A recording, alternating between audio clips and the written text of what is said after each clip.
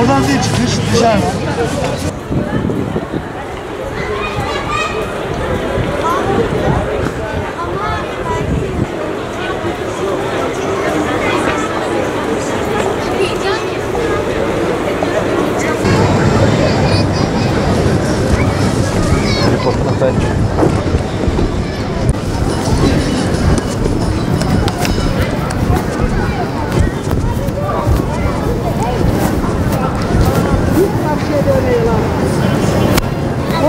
Görüyorsunuz, İstanbul Büyükşehir'e bazı insanlar diyor ki ya bu İstanbul Büyükşehir diyor yapıyor bunu. Halbuki alakası olmayan bir şeydir. Bugün İstanbul Büyükşehir Ekrem İmamoğlu daha kaç senelik bir başkan ki, daha kaç aylık bir başkan ki. 6 üstü daha 6 aylık, haydi 8 aylık bir İstanbul Büyükşehir Belediye Başkanı'ydı. Şimdi bu zamlar hepsi AK Parti'nin zamanında olan zamlardı. Bugün görüyorsun bakın. Damat bugün bir gazetenin köşesinde okudum, istifa ediyor ama bırakmıyorlar. Adamı tehdit ediyorlar. Bırakamazsın diyor, istifa edemezsin. Bakın dolar gitti 9 milyona, euro çıktı 10 milyona. 18 senedir başlarlar. Ne yapmışlar? Hangi suyu indirmişler? Hangi doğalgazı indirdiler? Hangi elektriği indirdiler? Bunlar neyin peşinde? Memlekete halini görüyorsun ya. İşsizlik almış başına gidiyor. Herkes evine ekmek götüremiyor. Adam çocuğunu okutamıyor, okula atmış, geri alıp getiriyor. Şimdiye kadar bu hep oyum AK Parti'ye vermişim, AK Parti'ye ama bunun vicdan azabını da çekeceğim. Bu oyu verdiğim yerinin de azabını da çekeceğim. Ya bunun detaylanacak bir şeysi yok. Yani şimdi şöyle, para bitmiş, kasada para yok. Şehit paraları yenmiş, deprem paraları yenmiş, o yenmiş, bu yenmiş. Beşli müteahhit var. Beşli müteahhitte çalışıyoruz. Bütün bunların sonucunda olan okumamış bu gariban halka olur. Çözüm başka bir şey. Mesela çözüm ne? Çözüm bunların da bir gitmesi değil. Bunlardan sonra gelecek olanlar da değil. Çözüm başka bir şey. Adalet diyoruz ya, adaletli bir düzen. O yok, o yok. Adaletin öldüğü yerde her şey ölür. Mahkeme yok, bilmem ne yok, bilmem ne yok, bilmem ne yok, o yok, bu yok. Biri bırakıyor, biri tutukluyor, biri bırakıyor, biri tutukluyor. Böyle olmaz. Şimdi sırayla gidelim. Benim evimin altında 2 tane kaçak elektrik var. İlk başladığında ev sahibine dedim ki bunlara dükkanı kiraya verme. Bunlar başka yerlerde kira ödemiyorlar, elektrik ödemiyorlar. Sen benim kira aldığımı ödemiyorsun. Anlaşma yapıldı, verildi. Fatura geldi. Faturada 3 yıl hapis diyor. Arkasını okudum. Elektrik idaresini aradım. Dedim burada kaçak elektrik kullanıyor. Bizim görevimiz o değil diyor. Şimdi ağzımı bozacağım. Anlıyor musun? Zabıdayı çağırıyorum. Diyorum ki burada böyle bir sıkıntı var. Sen devletten maaş alıyorsun. Gel buraya bir bak. Senin görevin ne? O bizim görevimizin dışında. Polisi çağırıyorum. Burada sahtekarlık var. Sen devletin memursun. Devletten maaş alıyorsun. Gel buna bir çözüm bul. Maliyeye şikayet ediyor. Maliyeyi arıyorum. Diyor ki rapor tutulması lazım. Bir yığın zıbıdılık gidiyor. Anlıyor musun? Ne ceza gelirse gelsin. Bir yığın zıbıdılık. Denetim sıfır. Ben inşaatçıyım. Ameleyim ben. Denetimsizlik had safhada. Aha karşımızda. CHP ötüyor Mahluk abi. Aha Mahluk abi yapıyor. Sen ne yapıyorsun buraya abi? Burada 5 katlı vardı. Hadi de 6 kat olsun. Ne oluyor şimdi bu? Bu ne? Niye yapıyorsun bunu? Nerede ötüyordu? Nerede? Anlaşmalı dövüş, anlıyor musun? Arkaya geç, enseye tokat. Ha, Bu fatura yansısın. Bak bu yansısın. Ben ameleyim diyorum değil mi? Günlük 150'den her gün iş buluyorum ben. Çalışmak istersem her gün iş buluyorum. Cebimdeki telefon 1 milyarlık. Faturam 100 milyon. Anladın mı? Ben gariban mıyım? Değilim. Kıvırmaya gerek yok. Her türlü lüksü yaşayacağım. Bir de garibanın ayağına yatacağım. Yok öyle. YouTube'u kullan, Face'i kullan. Bilmem ne kadar zıbıdılık varsa kullan. Gariban. Gelecek abi. Kullanıyorsan gelecek. Biz Cenab-ı Allah'ın havası, güneşi bedava. Onu da bu kafirler Cenab-ı Allah'ın verdiği oksijeni aldırmıyorlar sana. Ha, devlet bilene teslim oldu şuna. Düşünebiliyor musun? Allah'ın verdiği oksijeni aldırmıyorlar. Bir hafta bir işlenme olsun, takmıyorum hadi. Ceza geliyor. Neye ceza geliyor? Ben hasta değilim. Ben hasta değilim ya, niye takıyorum ben bunu? Anlatabiliyor muyum? Gelen neyse hizmetin karşılığı, bak sen görev yapıyorsun, para alıyorsun değil mi? Senin maaşını kim verecek benden röportaj yapmasan? Aşamada dolaşacaksın, çekip gidecek. İş yapamadın, çık. Öyle mi?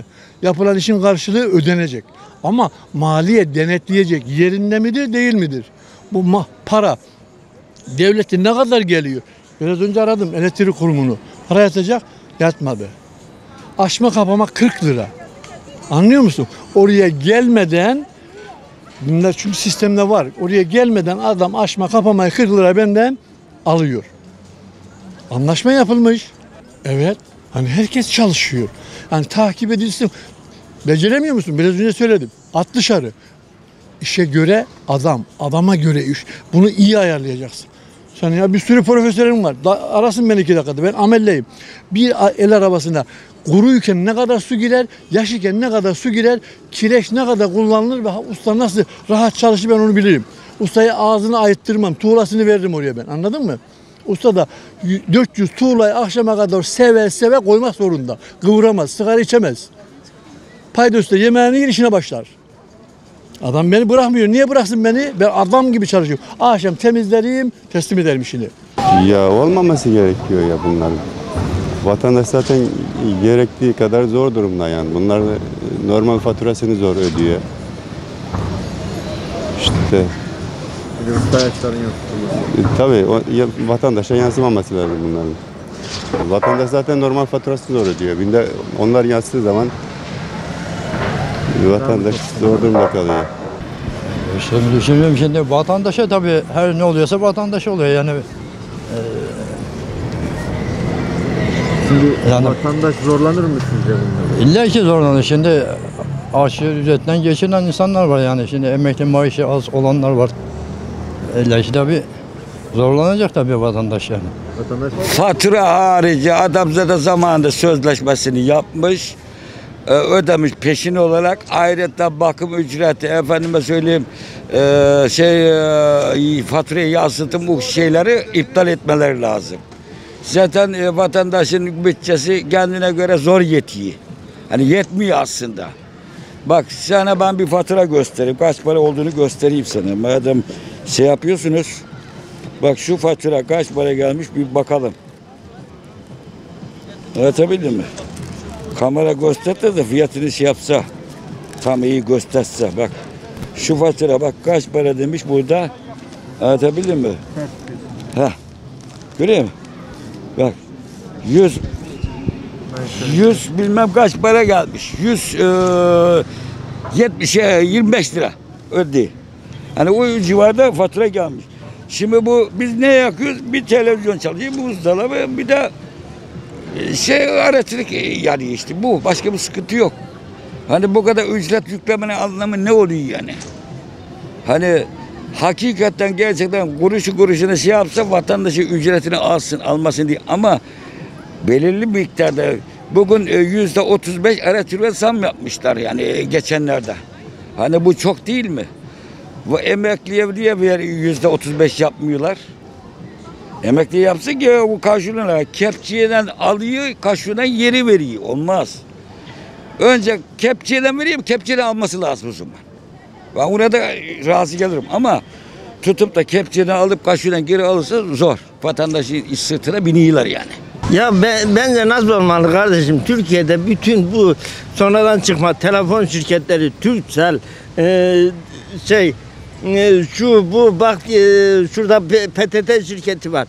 Hepsi aynı, hepsi tombalacı. Eskiden sokaklarda tombala ellerine sigara alırlardı, sallarlardı tombalacılar. Abi 3 taş 1 lira, 3 taş 1 lira, 3 taş 1 lira. Aynı bunlar da aynı o yolu tutmuşlar. Hepsi sahtekar. Turkcell'den ben eskiden Turkcell'e kayıtlıydım. elektrik, su, doğalgazlar. Neyse eskiden onu anladım da onu da söyleyeceğim. Eskiden ben Turkcell'e kayıtlıydım. Günü geçti. Abi 300 lira borcum var. Neymiş? Günü geçmiş. Yani bunların hepsi sahtekar olmuş. Elektrik de aynı. Yarın öbür gün elektriği de verecekler oraya. Öyle bir şirkete. O da aynısını yapacak. Günü geçiyor. Eskiden İSKİ vardı, geliyordu, suyu kesiyordu, elektriği kesiyordu. Param varsa yatırıyordun, açıyordun. Şimdi bunlar da öyle bir dolandırıcı oldu kardeşim. Şimdi sizce yani bu doğru bir davranış değil mi? Değil, tabii davranış değil. Vatandaşı sıkıştırmak. Kimse elektrik parası için kendini rezil etmez. Su parası için kendini rezil etmez. Kim rezil eder? Parası olan. Neyimiz doğru ki bu doğrudur? Doğru bir şeyimiz de yok yani. Abi kim gelse de gelse zaten garibana her gün zaten affedersin bir kazık geliyor. Zenginlere kat kat çıkıyor, fakirlere kat kat aşağıya gidiyor. Başka bir şey var. Şimdi bu doğalgaz, su... Ya doğalgazda zaten belli değil. Hangi saatte zam geliyor belli değil. Zaten günde de zaten hepsi gizli geliyor. Açık söylemiyor. Hepsi gizli. Doğalgazda niye millete söylemiyor fasıl doğalgaz? O efendim su, efendim ceylan niye indirim yapmıyor? Ona millete söylesin. Zaten her gün kazık geliyor. Gizli gidiyor. Zaten açık söylemiyor. Yani artık tekrar yine gizli. Ya aynı gizli geliyor. İstersen ne yapsa gizli geliyor. Ya dolar pahalandı. Yarın öbür gün baksan. Şimdi her şey efendim dolar yükseldi. Aşağıda indirdiği zaman niye bir şey değişmiyor? Şimdi hepsi bugün farsın dolara bağladı. Otomatik. Yarın dolar 5'e de çıktı aynı fiyat öyle seviye kalıyor.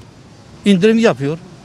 Sadece ben bir şey söylüyorum. Zenginler zaten kat çıkıyor. Gariban da zaten kat aşağıya gidiyor. Kim de gelse. Kim gelse zaten fakirlere düşmanıdır. Gariben, sefil ölüyor gariben. Zengin var mı? Bak yerinden oynuyor. Hiç zenginin bir şeyi var mı? Yok. Zengin yaşıyor, fakir ölüyor. Faturalarda da aynısı. Aynısı. Adam zengin vergi vermiyor. Gariben vergi ödüyor. Yiyip yatıyorlar. 600 milletvekili var. Ne yapıyor? Hiç. Zehri zıkkım olsun. Yiyor bizim paraları yatıyorlar. Doğru mu? Faturalar nasıl? Faturalar zaten almış başını gidiyor. Ne yapalım faturaları? Bir de bu yansıyacak. Bir de bu yansıyacak. Nasıl ödeyeceksin? Nasıl ödeyeceksin işte? Oradan alıp oraya vereceksin. Nasıl ödeyeceksin? Başka çare yok. Birbirini takip ediyor. Öyle. Allah yardımcımız olsun. Ne yapalım?